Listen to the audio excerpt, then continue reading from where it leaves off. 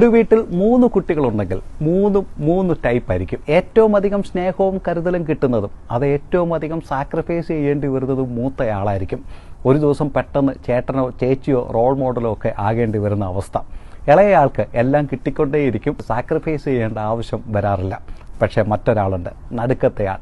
Sacrifice ചെയ്യാൻ വേണ്ടി ഒന്നും കിട്ടാറുമില്ല, ആളതിനെപ്പറ്റി ഒട്ട് ബോധേടുമല്ല. ഒരസുഖം വന്നാൽ മൂത്ത ആളിൽ നിന്ന് പ്രതീക്ഷിക്കുന്നത് ഒരു സൂപ്പർ ഹീറോ പെർഫോമൻസ് ആണ്. പറ്റുമെങ്കിൽ തന്നെത്താനെ എണീറ്റ് അടുക്കളയിൽ നിൽക്കുന്ന അമ്മയെ കൂടെ ഹെൽപ്പ് ചെയ്യണം.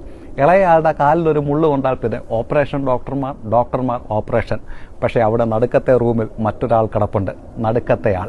വേണയിൽ എണീറ്റോണം, വന്നു വല്ലതും കഴിച്ചോണം, പോയി കിടന്നോണം. Nobody CARES. വെളിയിൽ പോയി എന്തെങ്കിലും പ്രശ്നമുണ്ടാക്കിയിട്ട് വന്നാൽ അത് വീട്ടിൽ പറയാൻ മൂത്ത ആൾക്ക് വല്ലാത്തൊരു കുറ്റബോധമായിരിക്കും.